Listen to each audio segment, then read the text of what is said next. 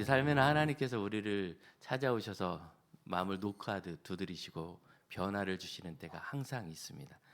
그래서 우리가 성장하고 성숙하는 것이며, 예수 믿는 사람은 교회를 5년, 10년, 15년, 20년, 25년, 30년 다니는 시기마다 성숙하는 것이 달라야 하고, 그래서 하나님 앞에 내가 평안함과 안정됨과, 그리고 중요한 거잖아요. 우리의 가족과 이웃으로부터 사랑과 존경받는 것이 있어야 합니다.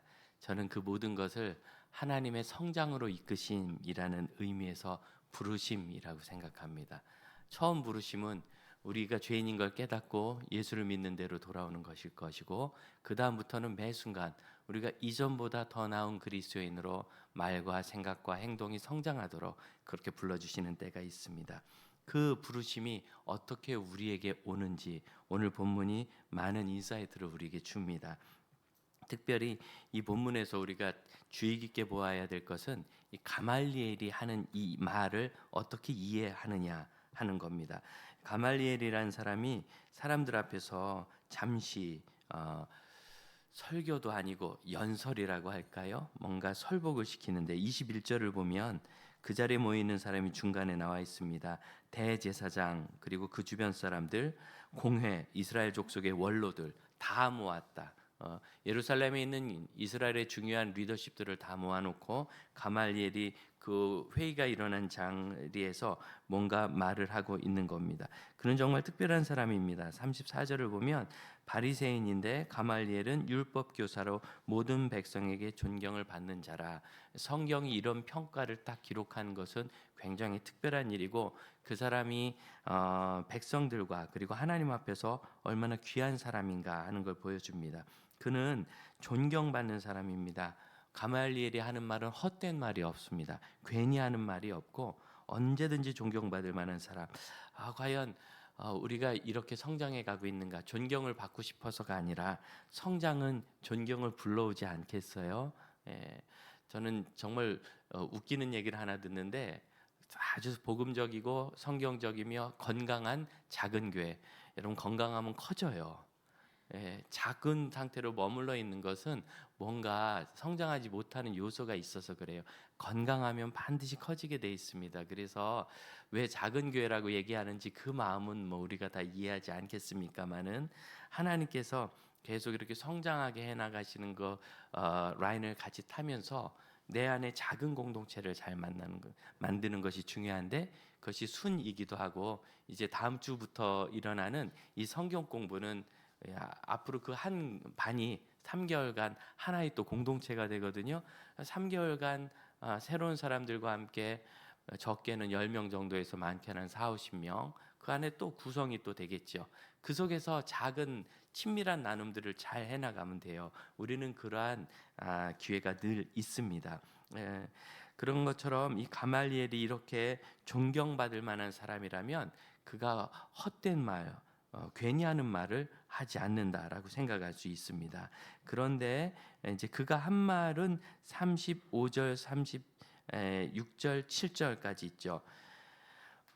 이 사람들에 대하여 어떻게 하려는지 주의하라. 이전에 드다라는 사람이 있었는데 그가 백성을 소욕해 하다가 드다가 죽으니 끝났고, 37절 갈릴리의 유다라는 사람도 백성들을 들쑤셨는데 그가 망하니까 다 흩어졌다. 그렇게 이야기하면서 뭐라고 얘기하느냐면 38절 이 사람들을 상관하지 말고 버려두라, 이렇게 상관하지 말고 버려두라 이렇게 이야기해서, 이게 이제 방임하라는 이야기처럼 들려서 사실은 전통적으로 성경 해석가들이나 신학자들이 이 가말리엘의 이 말을 그렇게 좋아하지 않았습니다. 딱 문자적으로 읽으면 그렇게 들리는 거는 맞습니다. 그런데 이런 게 있어요. 예전에 그 빌리 그레이엄 목사님께서 한국에 오셔서 익스플로러 전도대 100만인 구령 운동 하시면서 어떤 말씀을 하신 적이 있느냐면, 결단하면서, 이게 꽤 유명한 이야기입니다. 여러분, 여기 있는 분들 중에 어떤 분은 틀림없이 천국이 있다고 믿고, 어떤 분은 그런 게 어딨냐 없다고 생각하고, 어떤 분은 있는지 없는지 잘 모르겠다, 죽어봐야 알겠다 생각할 겁니다. 그렇게 생각할 수 있습니다. 그런데 진짜로 이제 우리가 죽었다 칩시다. 그런데 진짜 천국이 없으면, 그럼 천국이 있다고 믿었던 사람도 천국 없으니까 그냥 없는 거고, 천국이 없다고 믿은 사람은 내가 맞췄으니까 상을 받는 게 아니라 그냥 그것도 끝나는 거예요. 천국이 없으면 아무것도 아니잖아요. 영혼도 없고 그냥 무으니까. 그런데 만일 천국이 있으면 어떡할 겁니까? 그러면 천국이 있다고 믿었던 사람은 너무 기쁘게 천국에 가겠지만 없다고 믿었던 사람은 어떻게 되겠습니까? 그러니 여러분, 있다고 믿어서 손해날 것이 없으니 우리는 일단 있다고 믿어야 합니다. 라는 말에 많은 분들이 이렇게 아멘하고 반응을 했다는 거예요. 근데 여러분, 사실 이거는 그 자리에 있는 사람들이 불신자이기 때문에 하는 이야기지 성도들에게 할 이야기는 아닙니다. 여러분, 천국은 반드시 있습니다. 저보고 봤다 그러냐 그러면 봤다고 하겠습니다. 왜냐하면 우리 손양원 목사님이 봤다고 하셨기 때문에. 그래서 어디냐 보여달라 일본 순사가 얘기했더니 가슴을 이렇게 열어제치고 예수 믿어 평안한 내 마음이 천국이요 그랬다는 겁니다. 이렇게 픽박당하고 박해당하고 일본에 협조만 하면 부귀영화가 보장되는 자리 아니겠어요? 민족의 기독교 지도자시니까. 그래서 그렇지 않고 천국을 주장하면서 하나님의 뜻을 따르기 위해서 박해당하는데도 이렇게 평안하다면 천국이 있는 거 아닙니까? 그래서 여러분, 우리가 이렇게 교회 안에서 그리스도인들에게 얘기할 땐 그렇게 말할 게 아닙니다. 하지만 거긴 불신자들이 있기 때문에 그분들이 뭐 믿져야 본전이야 뭐 이런 느낌으로라도 결단할 수 있도록, 전도하는 입장에서는 최선을 다해서 그분들이 결신할 수 있도록 해줄 수밖에 없는 거예요.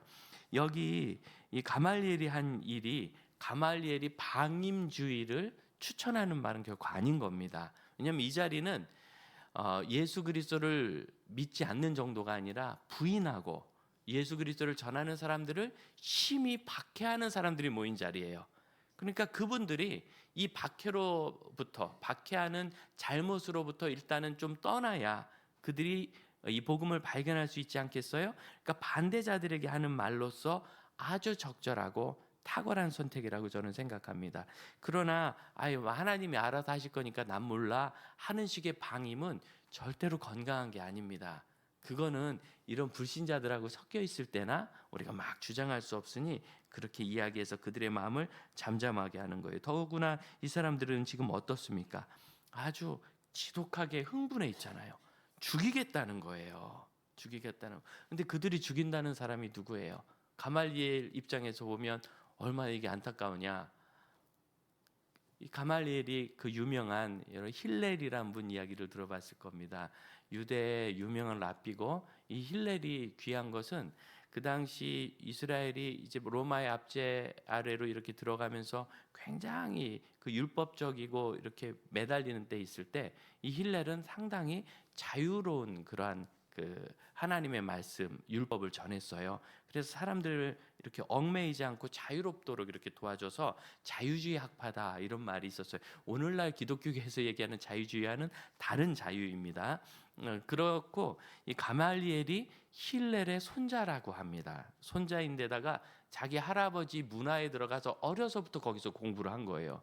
그러니 여러분, 그 당시에 어디 유학 보내고 공교육하고 이런 일이 쉽지 않은 때 자기 할아버지가 그렇게 존경받는 학자인데 자기 손주가 보니까 율법사로서 아주 은사가 있는 거예요. 그래서 어려서부터 양육했어요.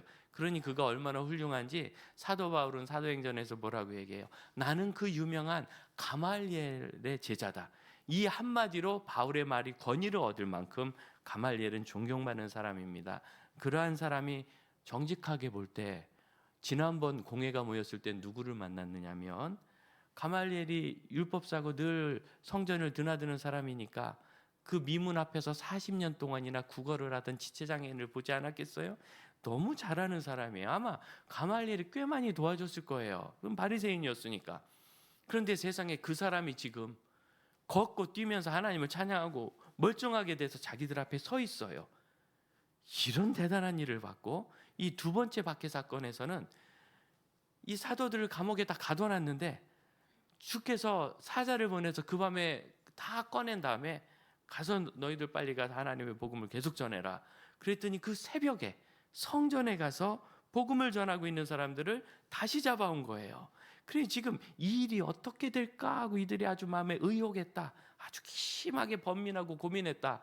이렇게 우리가 지난주에 말씀 나눴잖아요. 이런 상황 속에서 이들이 지금 얼마나 흥분했는지 그 기적을 일으켰던 사도들, 천사가 밤에 건져냈던 것이 너무나 명확한 그들을 죽이려고 한단 말이죠. 그럼 그 흥분을 가라앉게 해야 되겠죠. 뭐라고 얘기하느냐면 35절을 한번 보십시다. 말하되 이스라엘 사람들아. 보통 성경에서는 뭐라고 얘기하느냐면 형제들아 이렇게 얘기해요. 근데 형제들아가 흔히 나오는 표현인데 자기 백성들을 부를 때 여기 이스라엘 사람들아라고 얘기하는 것은 아주 정중하고 그다음에 무게 있는 표현입니다. 아니 제가 여러분에게 형제자매 여러분 이렇게 할 때 하고 장지교회 성도 여러분 그럼 뭔가 느낌이 다르죠. 여기다가 대한민국 국민 여러분 이러면 어떠시겠어요? 갑자기 일어나 애국가를 한 번 더 부르게 지겨지겠죠. 그러니까 같은 말인 것 같지만 이 말 자체가 굉장히 정중하고 사람들이 진중하게 생각할 것을 요청하는 말이에요. 그래서 가말리엘의 이 말은 어떤 명분을 주기 위해서 이 사람들을 그냥 둘 수도 없고 잡아왔는데 그냥 보내자니 또 체면도 안 서고 이걸 어떡하나 이런 그런 진퇴양난을 피하기 위해서 하나의 명분을 주는 말이 아니라 여러분 이걸 진실하게 한번 받아들여 보세요. 너무 간절한 거예요. 이분은 할렐의 손주요 그 직통 후계자로서 사도 바울이 그렇게 존중했던 율법의 선생이고 이스라엘 온 민족이 그를 그 랍비 그 선생님 이렇게 부르는 그런 사람. 그냥 그 선생님 그럼 이 가말리엘이에요. 그런 훌륭한 분이 자기의 지금 동역자들 아니겠어요? 동료들, 제사장들, 바리새인들, 공회원들 그들이 아주 처참한 죄를 지으려고 할 때 얼마나 맞고 싶겠어요. 굉장히 간곡한 그러한 어떤 연설이라고 볼 수 있습니다.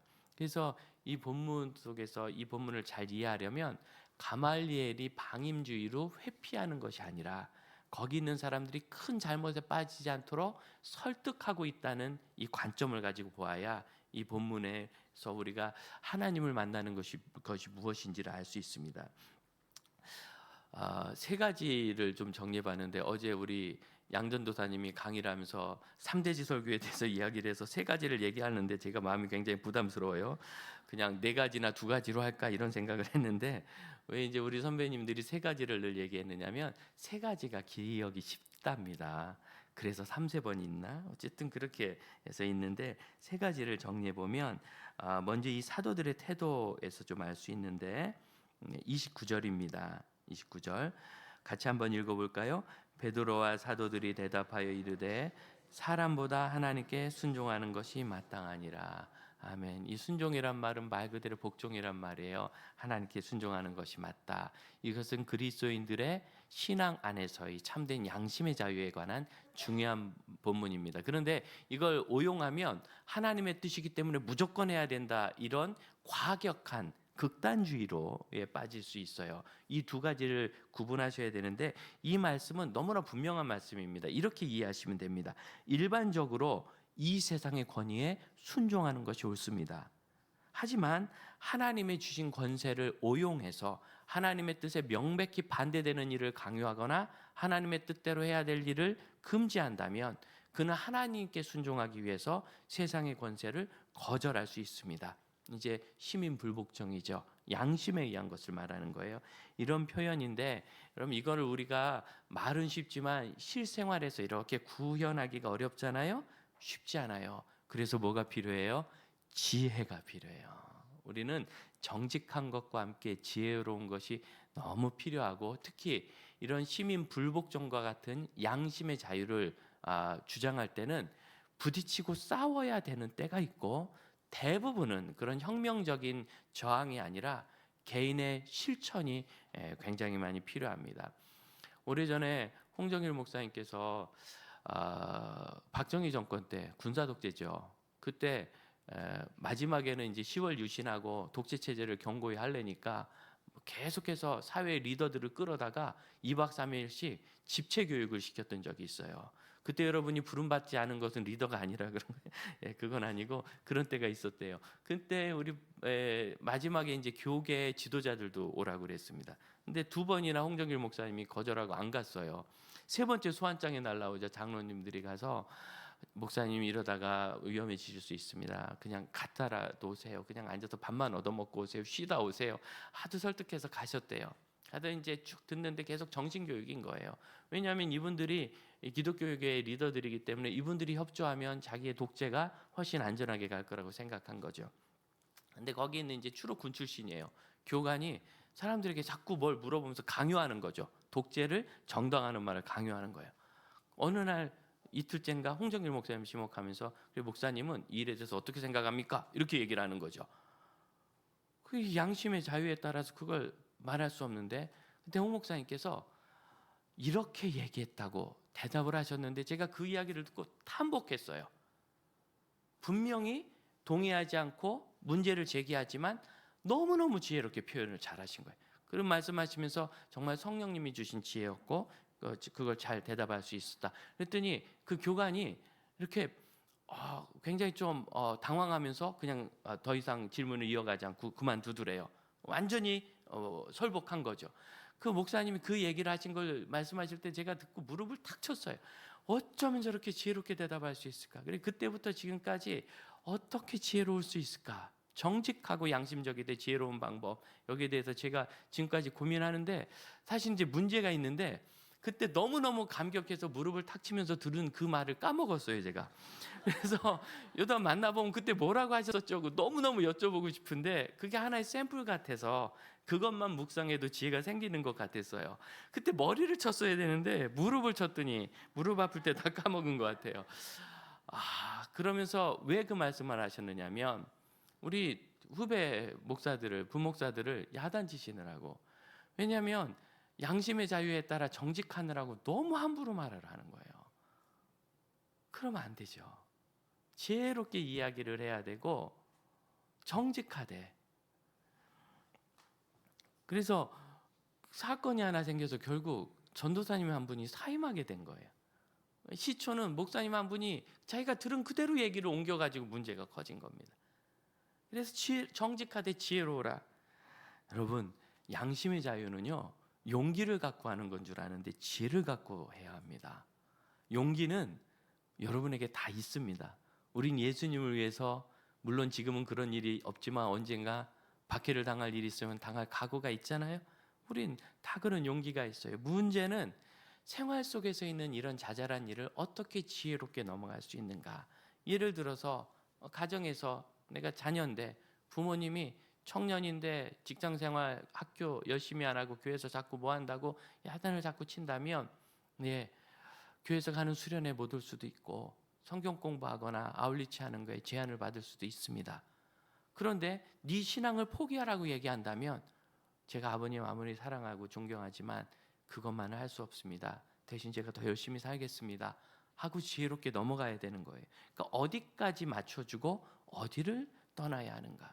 조금 더 폭넓게 얘기하면 실천적으로 지금 이슬람권에서 우리가 복음을 전한다. 그러면 거기 가서 예수는 주시고 여러분이 믿는 그 선지자는 참 선지자가 아니라 이렇게 이야기한다면 여러분 그 사람들은 자기들의 율법에 의해서 그렇게 말한 사람을 반드시 죽여야 합니다. 그들이 만든 그런 법이에요. 그런 것들은 지혜로운 행동이 아니고 어디에든지 이슬람 지역에도 그리스도인 형제 자매들이 있어요. 여러분 정말 어려운 선교지에는요 전국 그 나라 전체의 그리스도인이 수천 명 단위로 있습니다. 3,000명, 4,000명. 여러분 이게 인구가 몇백만, 몇천만인데 그리스도인 숫자가 수천 명인 거예요. 그분들이 거기서 얼마나 정말 목숨을 걸고 위태위태한 외줄 타듯이 신앙의 자유를 찾는다면 영국의 청교도들처럼 그냥 배를 타고 해외로 가버리겠지만 이분들에게 필요한 건 신앙의 자유가 아니라 그 땅에서 예배하고 기도하고 사명 감당하는 그 후손이 끊어지지 않는 거예요. 그래서 그걸 지키기 위해서 거기서 수많은 박해와 공부와 사회적 참여의 기회를 박탈당하면서 거기서 견디고 있는데 나는 하나님께 순종하는 게 좋다 그리고서 예수님만이 참신이라고 한 이틀 떠들고 자기 한국으로 철수해버리면 나머지 모든 피해는 거기 있는 40년을 버티고 산 선교사님들 평생을 대대로 교회를 지키고 애써온 그 그리스도인들이 당해야 되는 거예요. 그럼 그건 양심의 자유에 해당되는 일이라 결코 볼 수 없고 만용이라고밖에 할 수 없습니다. 지혜로워야 되고 여기 있는 이 가말리엘이 이게 무슨 짓이냐? 내가 살펴보니까 이 사람들은, 여러분 이러고 났다면 여기 사단 나서 두 쪽 난 거예요. 하지만 가말리엘이 너무나 진중하게 이것을 잘 말릴 때 어떤 것 중심으로? 딱 그거죠. 하나님이 지금 어떻게 하시는지를 보아라. 39절이 바로 그겁니다. 하나님께로부터 났으면 결국 하나님 중심성이라는 것을 우리가 기억해야 합니다. 여러분, 하나님의 부르심을 받으려면 하나님의 인도하심을 받고 하나님이 이끄시는 대로 성장하고 예수 믿어서 행복한 믿음의 삶을 사시려면 하나님의 뜻에 순복하는 결단이 있으시기를 바랍니다. 그래야 돼요. 그리고 하나님이 지금 어떤 일을 하시는지 잘 살펴볼 수 있어야 되는데, 그게 바로 하나님 중심성이라는 겁니다. 하나님 중심성. 우리 마음에 하나님 중심의 마음이 있어야 돼요. 박구영 목사님께 20대 후반에 양육받을 때 그 아내 이사라 사모님하고 두 분이 인천주회를 대표로 맡으셨는데, 이사라 대표님이 처음 훈련 끝난 다음에 같이 동역하자고 부르세요. 그래서 리더십 그룹에 이제 들어가게 돼서 거기서 저도 현실적인 훈련을 참 많이 받았습니다.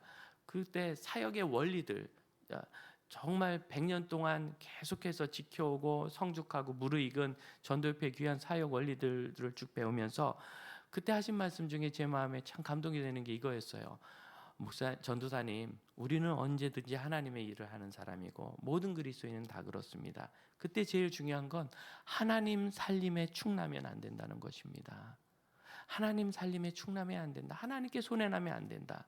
내가 손해를 보더라도 하나님은 이익이셔야 된다. 그럼 이 원리가 사실은 여기 있는 하나님께 순종하는 것과는 똑같은 원리인 거예요. 것과도. 저의 마음에 굉장한 기준이 되었어요. 그러면 이런 겁니다. 교회에서 뭔가 재정을 집행합니다. 명확한 것도 있어요. 전기세 냅니다. 이런 거 갖고 누가 고민하겠어요. 그냥 아껴서 잘 쓰면 되는 거지.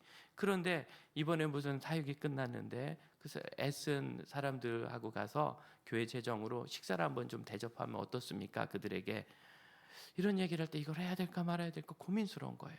뭔가를 새로 구입한다거나 뭔가를 변화시킬 때 그때 저는 스스로에게 이렇게 묻습니다. 이거 내 돈으로도 할 건가? 내 돈으로도 할 건가? 당연히 해야지. 그럼 해도 되는 일인 거예요. 뭐 이게 전부라고는 할 수 없지만 참 중요한 원리가 됩니다. 한 번은 뭘 어디다 깔겠다고 하는데 아무리 봐도 이건 안 될 일이에요. 그런데 하겠다고 교사들이 와서 막 하겠대. 그 또 말리면 목사님 말린다 그럴 거 아니에요. 근데 이거 뭐 하나마다 망할 거지만 하시라고 허락했어요. 제가 책임지는 거죠. 허락했으니까. 아니나 다를까 깔았는데 이틀 만에 다 망가지고 뜯어지고 막 미끄러지고 머리 깨지려고 그러고 난리도 아니에요. 그대로 파기해야죠. 망가졌으니까. 환불도 안 되고. 그래서 얼마 안 되는 비용이지만 그 비용은 제가 교회 청구 안 하고 제가 물어넣었어요. 제가 책임지니까. 감당할 수 있을 만한 소액이니까 그랬지만, 그럼 우리가 하나님 중심성이란 걸 그냥 내가 그렇게 사는 것으로 오해하면 안 됩니다. 하나님 중심성은 많은 부분에 있어서 우리에게 큰 책임을 가져오는데, 이것이 저에게 준 기준 중에 하나는 이런 것도 있어요. 가끔 우리 권사님들이나 장로님들일지라도 목사님 사실 이런 일이 있는데 저는 이렇게 하려고 하는데 목사님 생각은 어떻습니까? 이렇게 물어오실 때가 있어요. 우리 청년들도 물어오고. 그러면 똑같아요. 같은 원리에 있어서 만약 우리 어머니가 말씀하신다면 난 뭐라고 얘기할까? 내 딸이고 내 아들이라면 뭐라고 얘기할까? 그래서 어느 청년 아이가 와서 목사님 제가 시험이 2달 남았는데 이 국가고시고 이게 너무 중요한데 수련회 너무 가고 싶거든요. 어떻게 해야 될지 모르겠어요. 그러면 우리 아이라면 어떻게 할까? 저희 아이라면 수련회 가라고 할 것 같긴 한데 조금 더 피부에 와닿게 생각해서, 그래서 우리 교회는 넌 고시생이니까 이번 수련회 오지 마. 이렇게 해서 못 온 아이들이 많아요. 그 대신 하는 얘기가 있어요. 한 번에 붙어라. 한 번 봐보고요. 한 번 봐보고요 하지 말고 목숨을 걸고 순교하듯이 공부해라. 그래서 너는 이번 시험을 한 번에 붙는 게 너의 순교다. 너의 순교다. 사실은 이 장수생들 때문에 재수, 삼수, 사수, 장수를 해가지고 마지막 만세를 하긴 할 것 같은데 하나님이 너무 힘드세요. 아니 이 친구가 주를 위해서 봉사해야 될 게 있는데 너무 오랫동안 고시에 매달려 있으니까 주를 위해서 시간과 정열을 들이지 못하고 해도 시원찮고 못하면서도 가슴 아프고 그런 거죠. 한 번에 붙는 게 너의 순교다. 기준입니다. 기준. 이 모든 것의 기준은 뭡니까? 그에게 유익되는 거 아니죠. 그가 바로 서서 우리 하나님께 이문이 되는 것입니다. 하나님 중심성이란 이 기준을 절대로 놓치지 마시기 바래요. 지금 이 제사장들과 레위인들, 제사장들과 공회원들이 실패하고 있는 게 뭐예요? 하나님 중심이 아니라 자기들의 권한 중심이기 때문에 실패하고 있는 거예요. 만일 그들이 하나님 중심으로만 생각했다면 이렇게 험한 결정을 하지 않았을 겁니다. 죽이겠다. 어떻게 그럴 수 있겠어요? 증거가 있는데. 말만 있는 게 아니에요. 장애인이 일어났고 그림자라도 덮이기를 받았는데 다 살아났어요. 이런 기적을 눈앞에 보고 예루살렘에 파다한데 지금 한두 건이 아니라, 그런 속에서도 그들은 하나님의 뜻을 거절하고 있지 않습니까? 자기들 중심이라 그렇습니다. 언제든지 우리는 살든지 죽든지 하나님의 뜻과 하나님의 영광을 구하기를 축복합니다. 두 번째로 조심하라 합니다. 35절 마지막 보면 조심하라. 이 조심한다는 말이 사고 날까 봐 조심한다. 우리는 조심은 그런 거잖아요. 조심해서 피한다.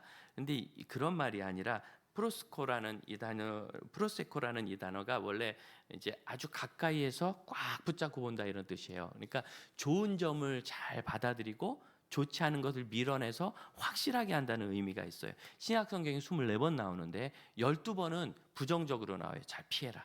잘 살펴. 그런데 12번은 긍정적으로 나와요. 잘 살펴서 따라라. 예를 들어서 사도행전 16장에 빌립보에 있는 루디아라는 여인이 바울의 설교를 듣고 그것을 청종하게 하셨다. 개역 성경에 이렇게 돼 있는데 듣고 따른다는 뜻이거든요. 그때 그 단어가 여기 조심한다는.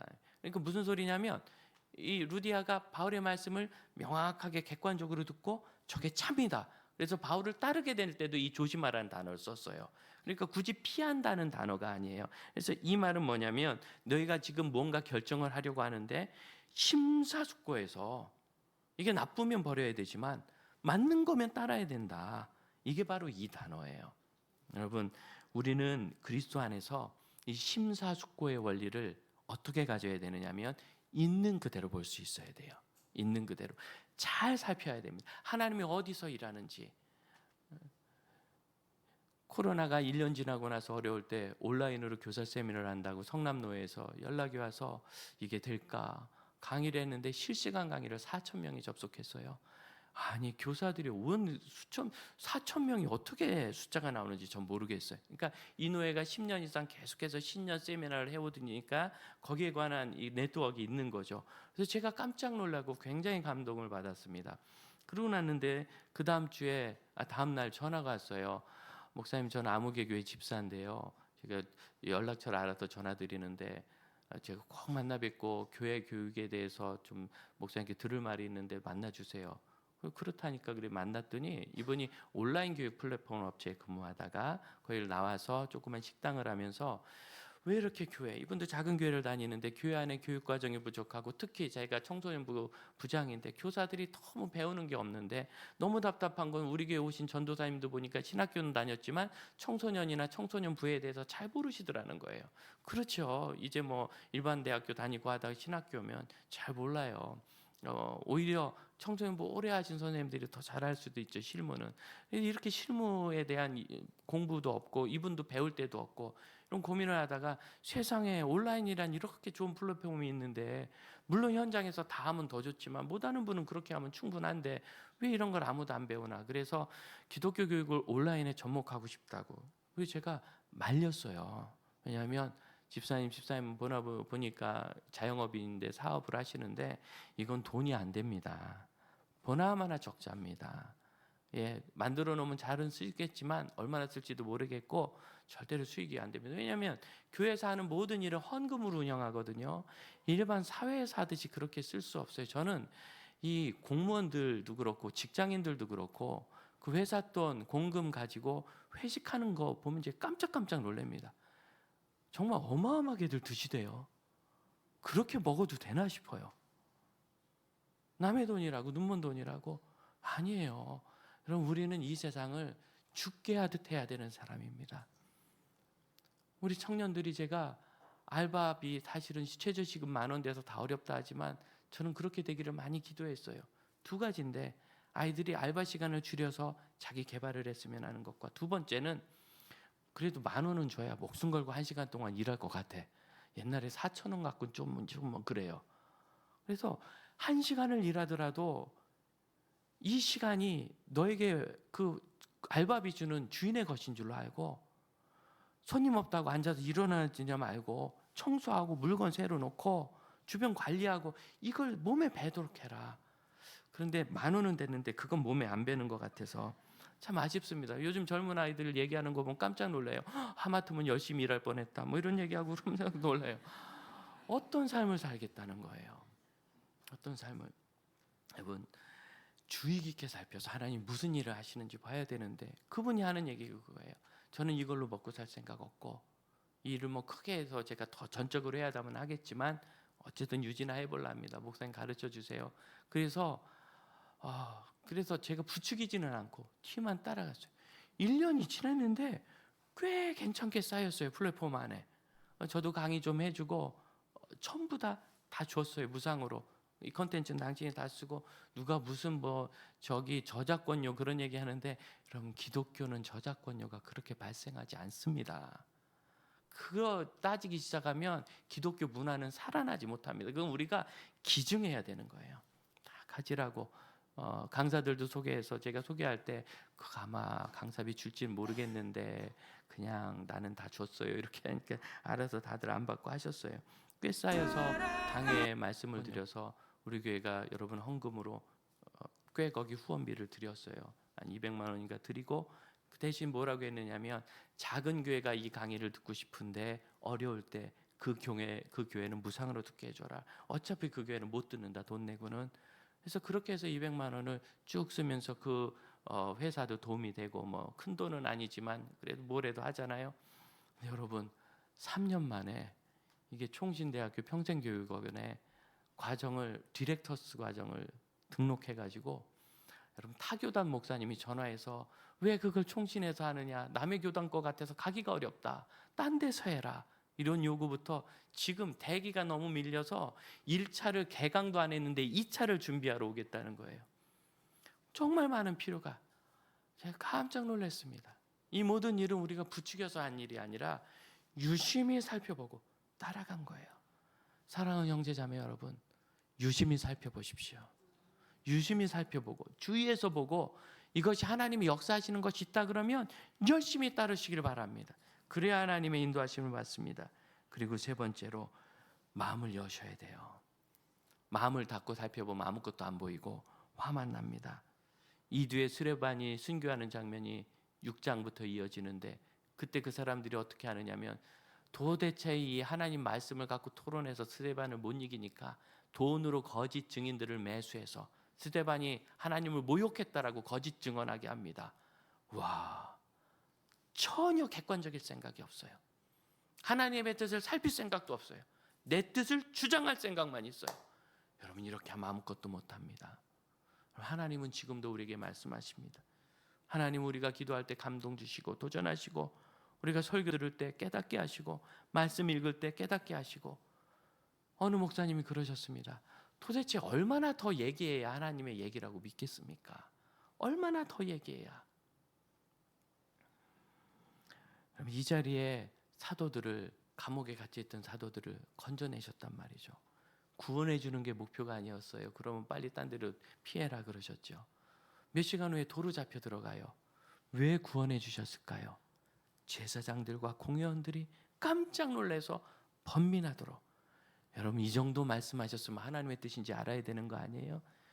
여러분 우리가 어떻습니까?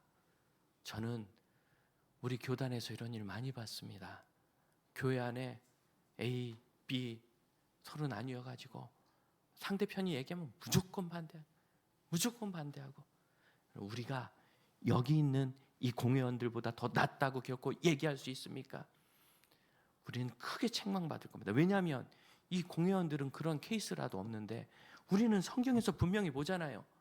하나님의 뜻에 대해서 중립적이고 열린 마음으로 순종해야 된다는 걸 여기서 분명히 보면서도 그렇게 하지 않고 거의 증인을 매수하듯이 교회의 결정을 왜곡하고 사람들의 결정을 왜곡하고. 여러분 이런 슬픈 일이 한국 교회에 횡행하지 않습니까? 특히 장로님들 조심하셔야 되고, 우리 목회자들 조심해야 되고, 교회 오래된 리더십들 조심해야 됩니다. 우리의 뜻이 하나님의 것을 살피는 것이 되지 않으면 성도들을 괴롭게 할 수 있습니다. 늘 우리는 무릎 꿇고 하나님의 뜻이 무엇인가 객관적으로 보기 위해서 애써야 합니다. 여러분 32절에 소망 가지십시다. 우리는 이 일의 증인이요 하나님이 자기에게 순종하는 사람들에게 주신 성령도 그러하니라. 누구에게 성령을 주신다고요? 자기에게 순종하는 자들에게. 사랑하는 형제자매 여러분, 하나님 중심으로 삽시다. 하나님이 무슨 일을 하시는지 면밀히 살핍시다. 그리고 그 일에 항상 우리의 판단을 중시하고 우리의 마음을 열고 하나님이 하시는 일이면 그럼 앞장서서 가실 필요는 없어요. 왜냐하면 내 생각과 다르잖아요. 지금 이 가말리엘도 딱 보니 앞장서서 가진 않아요. 뒤에서 따라가잖아요. 면밀하게 한번 살펴봅시다. 따라는 가면 돼요. 그러면서 하나님이 어디까지 일을 하시는가. 제가 만일 3년 전에 그 집사님이 찾아왔을 때 그거 해봐야 소용없는 일이고 얼마 듣지도 않습니다. 그만두세요. 실제로 그렇게 녹화해 놓은 강의들을 그렇게 많이 듣지는 않았어요. 제 카운터 수를 보니까. 그렇게 말렸다면 지금 같은 이런 변화와 도전은 없었을 것입니다. 우리에게 그런 일이 많지 않습니까? 여러분 자녀들이 가지고 있는 꿈을 하나님이 어떻게 이끌어 가시는지 따라가면서 보세요. 공무원이 최고야 이렇게 이끌지 마시고 따라가면서 보세요. 월급 받기 좋은 회사에 취직하기 위해서 그런 좋은 학교에 가라 이렇게 앞장서서 정하지 마시고 우리 아이의 생애를 통하여 하나님이 하실 일을 따라가세요. 우리 교회도 그렇습니다. 기도합시다.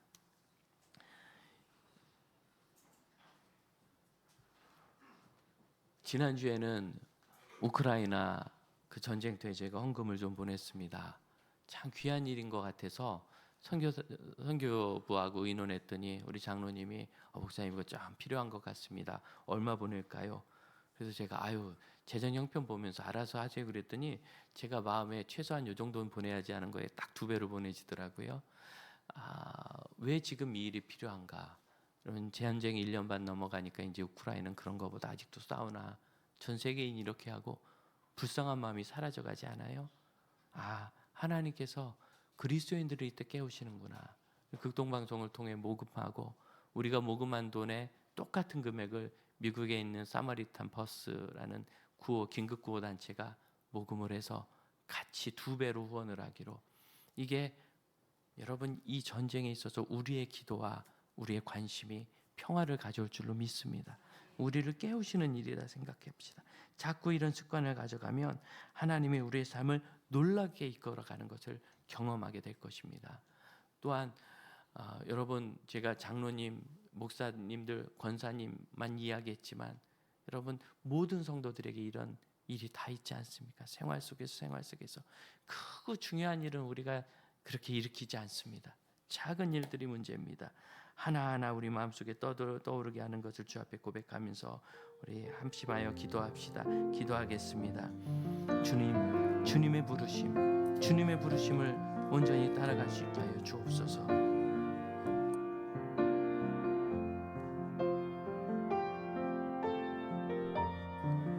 하나님이 저희를 통하여 하시는 일을 진심으로 보게 하여 주옵소서.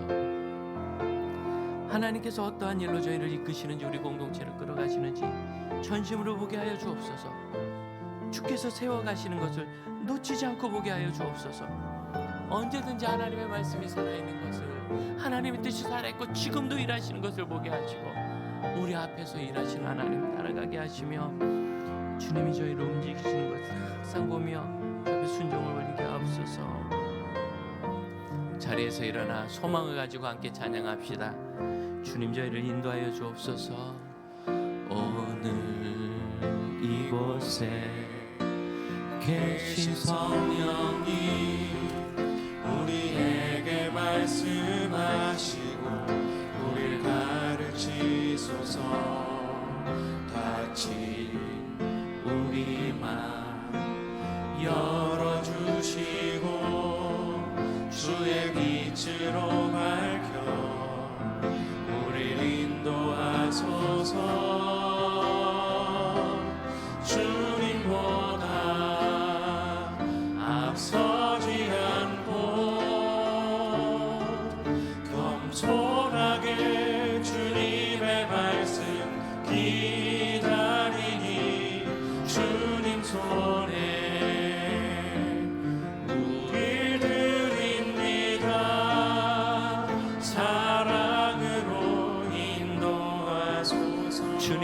앞서지 않고 주님보다 앞서지 않고 순종하는 자녀들에게 겸손하게 주님의 말씀 부어주시는 기다리니 성령님이십니다. 주님 손에 우릴 드립니다. 사랑으로 인도하소서. 기도하겠습니다. 저의 마음에 하나님의 영광을 구하는 것이 항상 있습니다, 주님. 그러나 저희가 지혜가 부족하여 어떻게 그 일을 이룰지는 잘 알지 못합니다. 주님, 이 가말리엘이 진심으로 그의 동역자들에게 했던 이야기에 저의 마음이 온전히 열리게 하사 그 자리에 있었던 가말리엘과 그 자리에 있었던 다른 공회원들의 그 차이에 저희가 주목하게 하여 주시고, 여기까지가 끝이 아니고 이루었담도 아니요 이 다음에 더 성숙하고 더 사모할 것이 있는 우리의 생애를 기대하며 주께서 하시는 일을 적극적으로 따라 나가는 지혜롭고 순종하는 자녀들 되게 하시고, 순종하는 자들에게 부어주시는 성령의 충만이 항상 있게 하여 주옵소서. 우리 사랑하는 우리 교회 모든 동역자들과 리더십들 주께서 복과 은혜를 더하시기를 원합니다. 우리 순장들과 교사들과 모든 부서의 청지기들과 귀한 권사님, 집사님, 장로님들에게, 그리고 우리 목회자들에게 언제든지 최선을 다한 하나님의 영광을 구하는 마음이 있게 하여 주옵소서. 지금은 우리 주 예수 그리스도의 은혜와 하나님의 크신 사랑과 성령의 역사하심이 우리 하나님의 부르심을 늘 따르는 복된 형제 자매들에게 이제로부터 영원토록 함께 하실지어다. 아멘.